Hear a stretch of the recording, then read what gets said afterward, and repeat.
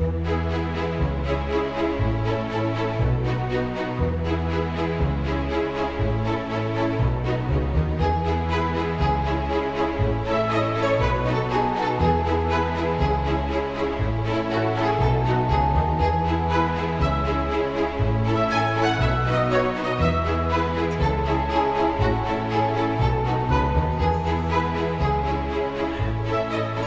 have to believe it.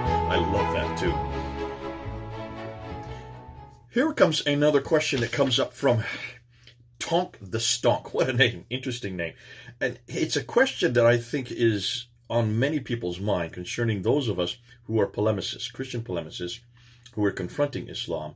Why is it that we come from different positions? And do we even agree with each other? So this is what he says. Hi, Jay. Why haven't David Wood, Sam Shamoun, and Dr. Michael Brown accepted yours and Tom Holland's work on the Quran? Also, they do not accept Dan Gibson's work on the direction of the Qibla facing Petra. David and Sam mentioned you in one of their streams a few days ago after being asked a question in the stream. Have you talked with David Wood or Sam Shamoun or Dr. Michael Brown about Islam? I'd like to see you talk to these brothers about your findings. Please reach out to them. I'm sure there are many Muslims or Christian viewers who would benefit from your research. Now, to be fair, Tom Holland doesn't ever refer to the Quran. He does, but he doesn't ever investigate the Quran. That's not his area of expertise. Dr. Tom Holland was more interested in the emergence, the area that I'm interested in. It's Dan Brubaker that is really the one that is the expert on the Quran. I'm not sure Tonk the Stonk heard David or Sam correctly on that. Also, this idea that they disagree on the direction of the Qibla towards Petra. I don't know if David has said that or if Sam has said that. If they have said it publicly, I'd like to know how that they can come to that conclusion. Because if you're not going to accept what Gibson has found, then you're going to have to come up with other support. Not even Dr. David King, who is the world authority on the Qibla, disagrees with Gibson on that. He is very clear that all the earliest Qiblas in the first century of Islam do not face Mecca. They all face Petra. Now, why they face Petra and not Mecca, that's where David King disagrees. And maybe that's what you picked up on David Wood and Sam Shamoun. But I'd love to know why Wood and Shamoun would take that position. I don't think they do. But here, the bigger question, and this is something I see that Tonk the Stonk is getting at. Can we, as Christian polemicists, can we disagree in our viewpoints? Can we disagree in the areas that we're working? Is there room for that? And that's the bigger question. And I would say absolutely. Listen, I have worked with David Wood for a number of years. I've traveled with him. I have been to Africa with him. I've also, just last September, we were sharing the same platform in California. Sam Shamoun, I've known for about 20 years, maybe even more than that. And was just with him last December. He was coming to do some recordings, and I had just on my way out from doing some recordings with Al-Fadi. So I know both of them, and we do get along. We do not always agree on everything, and there's room for that. We don't need to agree on everything.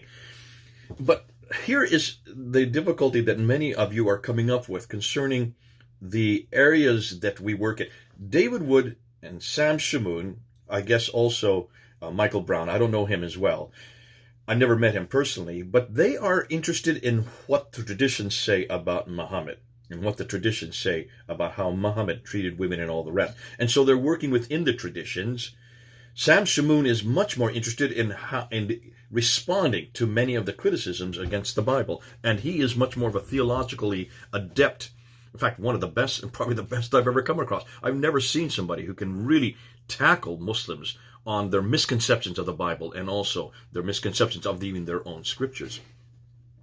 That is their area of expertise. I don't expect them to want to move into the area of the historical critique. That is my area of expertise. That's the one that I've really been dwelling in for the last, we're talking about 25 years, since 1995. A lot of my debates are in this area. And so because of that, we're really talking in two different genres.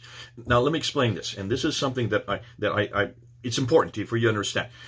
When David Wood and Sam Shamoun are confronting the Islamic traditions, they're assuming that the Islamic traditions are authoritative for the Muslims they're engaging with. They're not themselves saying that they believe in those traditions per se. They don't need to. They're doing a whole different study. That study is to unpack the traditions, to read them as they are, and to come up with conclusions concerning whether or not those stories about that man in that place from the 9th and 10th century are relevant for today. My area of expertise is to look and even see whether any of those traditions are correct. And what I'm finding and what we're finding, and Hatun Tash is doing this with me, so is Al-Fadi, we're interested in the 7th century. We're interested in how it really began. We're interested in going back to the very beginning and asking whether or not, actually it should be this direction, going to the very beginning and asking whether the 7th century, the stories from the traditions that talk about this man in that place doing these things to these people and saying these enormous amount of sayings, we're interested in whether or not they are correct. And what we're finding is these 9th and 10th century traditions are absolutely incorrect. So here we are doing the historical critique. There is the Woods and the Shamoons doing the relevancy critique over on this side, and we seem to be talking in two different planes, and we seem to be disagreeing, which is, on face value, is very understandable. But we're not disagreeing. These are two different categories, two different critiques. When you engage with the traditions, you have to engage with that which the Muslims already accept, and therefore you've got to engage with them on that level, and you've got to say, if this is what you accept, if this is the man who lived in this place, who's doing these things and saying these things, is what you look to as your paradigm and as your model, is that relevant for today? And just look how heinous this man is. That is perfectly legitimate for them to ask that question. They're not asking a historical critique in that point. They're not asking whether or not it's true or not. It is true for the Muslims they're engaging with, and that's important. That is true for them. My interest over here, on the other hand, is to ask, is this guy over here even correct? Did he ever live in Mecca? Was he ever a Muslim? Was there even any religion called Islam? And I'm asking that question because for me, that's where my interests lie. I'm not disputing what Shamoon and Wood are saying. I'm just saying that what we're going to find is going to destroy everything that they've been working with. In some ways, we're confronting the foundations of Islam simultaneously from two different directions, using two different categories, using two different areas of critique. Both are valid, which means it sounds like sometimes we're disagreeing with each other. We're not really disagreeing. We have two different audiences, and because we have two different audiences, the conclusions that we come to are going to confront both audiences, and they're also going to confront every Muslim, and I would suggest that they will also confront anybody who is supporting this man named Muhammad living in the 7th century, whether or not you're using the 9th and 10th century traditions to support that man Muhammad, or whether you're using the 7th century, what we're finding of the non-existence of that man. You're both going to come to the same conclusion, and that is this man Muhammad and this religion called Islam and this book called the Quran and all that it surrounds it, that almost 2 billion people are following, is absolutely corrupt. Is not a religion that not only supports the historical critique, it doesn't even support the relevancy critique over on this side. And we're getting them in two different directions simultaneously.